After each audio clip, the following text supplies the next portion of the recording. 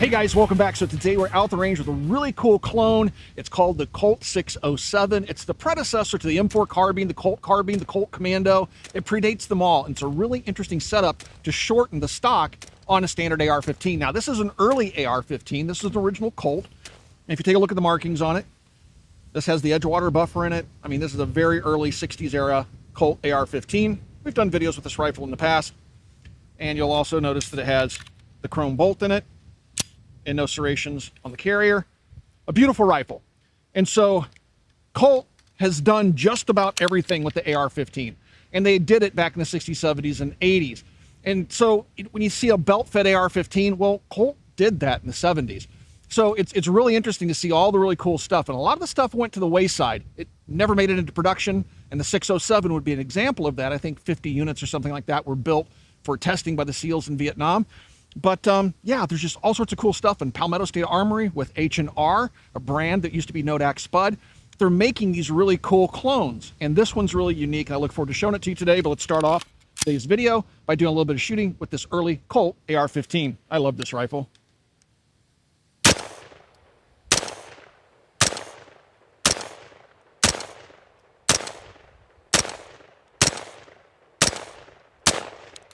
A lot of folks ask me, how can I get involved in the firearms business in that particular community? And one of the best ways to do that is to become a gunsmith. Every gunsmith I know is just overbooked with work. It's a very good living. And so if you would like to become a gunsmith, you need to go to a gunsmithing school or become an apprentice for an existing gunsmith. But Modern Gun School is an accredited college that also works with veterans in the GI Bill, where you can go and get a degree from accredited college in gunsmithing and then go out and start your own gunsmithing business, which I think is a really great option. Again, throughout my entire life, gunsmiths have always been able to earn a really good living, assuming they have a really strong work ethic. So please check out Modern Gun School. I do have a link in the video description below. So I'm going to geek out a little bit in this video. This is the type of stuff that really flops my mop. I love this type of retro stuff. I also want to thank Ian over at Forgotten Weapons for posting a lot of information that I'm going to talk about today. The information on the 607 is very hard to come by. Only 50 units, according to Ian. A lot of this information, again, is going to come from Forgotten Weapons and Ian. Only 50 units were made. Each of them were handmade. Each of them was slightly different than the other one. And then it just kind of dropped off. It was Colt's very first attempt at a carbine to make this rifle shorter and handier. And this is it. Now, the upper that I have on here is an XM177 upper, and this would be similar but not identical to one of the many different variants of the 50 firearms that were made. If you remember the blood diamond type ARs that had the 10-inch barrels and the little suppressor, sound suppressor modulator on the end that didn't have slots in it. Then you have the XM177, they had the slots in it, the flash suppressor, part of the sound moderator. And this is a replica moderator, and this is a 16-inch barrel that's pin and welded. But I chose this one because I have it on hand. This is a 16-inch barrel, so I can throw it on here and it won't become an SBR. I do hope to get one of the uppers from H&R that will have the proper triangular handguards on it, and it will have a bird cage just right off the front sight block with a 10-inch barrel, and then I SBR it and slap that on here, and then I'll have a more accurate clone. Also, the pistol grips on these would be chopped on many of them, if not all, and so the pistol grip would be shortened. And then you have the stock, and this is what I want to talk about today. This is what really makes building a clone like this possible. All the other little details I'll get to, and I'll do an update video later, but it's this stock that is really, really cool. Now, the stock itself is not a 100% accurate clone, but it's really darn close. It's really close. Close enough where I really think it's cool as all get out. So how does it work? Well, if you notice, if you see it next to the early AR-15, you can see how much length it has taken off the stock. This is the collapsed position. Now, the early AR-15 stocks, all the way up to the A1, were shorter than the A2. The A2 would be almost an inch longer, but the stocks are already fairly short. So this shortened it even more. And how you would extend it is really cool. So on the back, you have a lever, and you flip the lever, and then when you flip it, you just pull the stock out, flip the lever back, that locks it in place, and now you have a stock that is roughly the same length as an early AR-15, all the way again up through the A1 series of rifles. Now you'll notice on the back, it has a metal plate back here versus the rubber plate on the early rifles. Now, when was this done? Well, I'm glad you asked, because according to Ian, This would have been done in the early 60s. Best estimates be right around 1965. The Air Force would adopt the AR-15 in 1962. The U.S. Army would adopt it in 1964. We were already involved in Vietnam, and they were looking for a way to shorten and lighten the AR-15 for special operations and special missions and things like that. And the 607 was that first attempt. Now, it didn't go very far. It didn't go anywhere.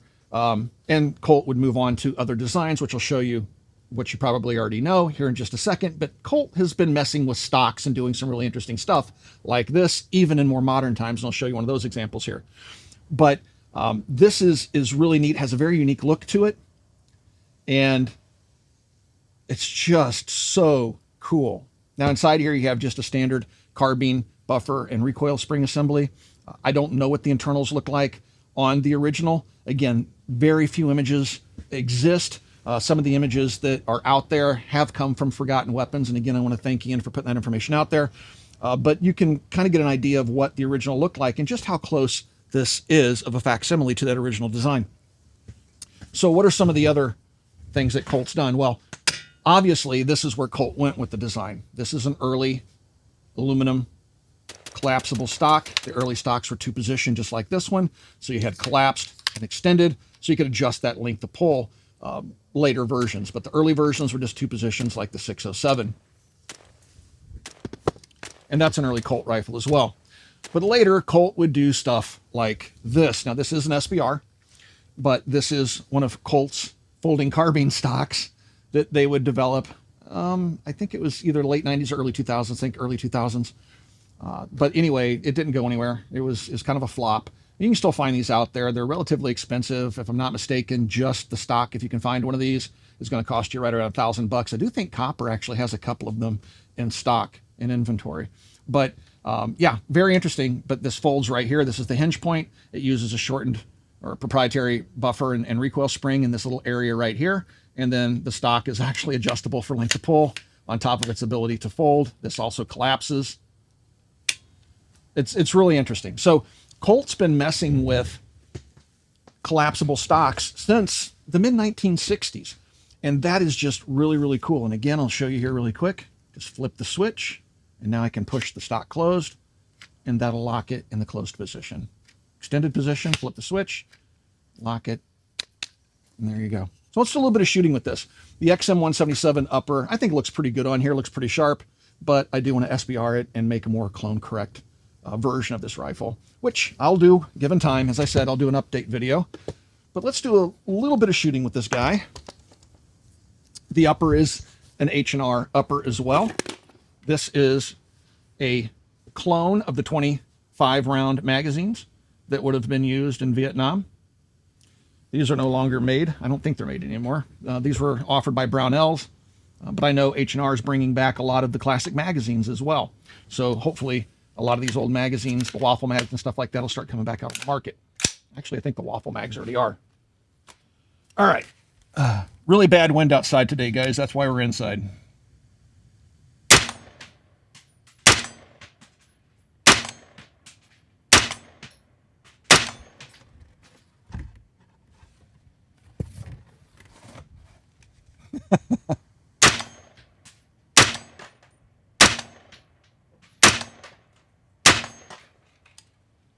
So, yeah, really, really cool. What do you think? Do you guys like it? Let me know in the comments down below. I really enjoy these types of clones. I wish we'd see more companies doing it. You know, Brownells did their retro line, and I don't think they did all that well. Sales just weren't that sharp, that brisk, and one by one they started dropping the various offerings, but they did some really, really cool stuff, like the prototype. They called it the Proto. It was a very early AR-15 with the charging handle and the carrying handle. All sorts of stuff that they did that just kind of petered out, but almost all of that, if not all of that, was done by Nodak Spud, or a collaborative effort with Nodak Spud, who now is owned by Palmetto State Armory, and they're continuing on doing stuff like this. They have the open bolt Colt 20-inch barreled rifle version they got coming out, the DOE 9mm. They're just doing really, really neat stuff. And this is right along those lines. And when I saw this on their website, I immediately hit the buy button. I could not wait for this to get here, and it did not disappoint. Very, very cool piece of kit, let's call it. Although it's a little bit antiquated, you can still rock it. I mean, it would still work. It seems like a really robust, well-made little system. The one thing about this system is that it's much heavier than a stock like this. And we went from aluminum, like you see here, to polymer, which would be even lighter weight, which doesn't really, it balances much better. This feels a little tail heavy. It's not super heavy, but it's definitely heavier than this. It's even heavier than a standard full stock because of all this metal lock work and stuff back here. You have an extra metal tube that stabilizes the stock so it doesn't rotate around the receiver extension. So it's a little bit awkward in that regard, but it's still really, really cool. So like when I'm holding it here, I can kind of feel it pulling down on the rear of the rifle. But once it's in the shoulder, it feels really, really good. The length of pull is good. Like I already showed you guys, it's about the same length as a standard AR-15 all the way up to the A1 series.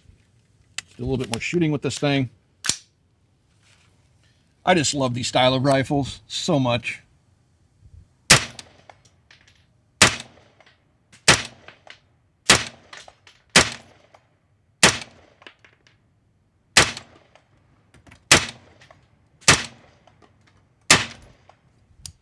That's 150 yards on a challenge target. Hopefully you heard those rounds impacting. And we're just shooting some Federal 55 grain 223. And we do want to thank our friends over at Federal for supplying the ammunition free of charge to the channel. I've been shooting this stuff since I was a kid. Love Federal, love the company, great people, great products. All right, so if you have any questions about this bad boy, go ahead and ask those questions down below. I don't know if I can answer all the questions. Again, there's not a whole lot of information out there about them. Down in the description below, I'll put a link to Ian's original video about the 607 so you can get more historical context around its design. But it's just something that I find really interesting. I'm interested in historical firearms like this, but by no means an expert. I know just enough to be dangerous. I just enjoy shooting these types of things, and I enjoy being able to pick up iconic pieces of history like this rifle and enjoy shooting them on the range. And I think that's what the allure for a lot of folks is with clone builds. You have soldiers coming back from deployment that want to clone the rifles that they served with. You have folks like myself that like early rifles that predate my existence on this planet, like this.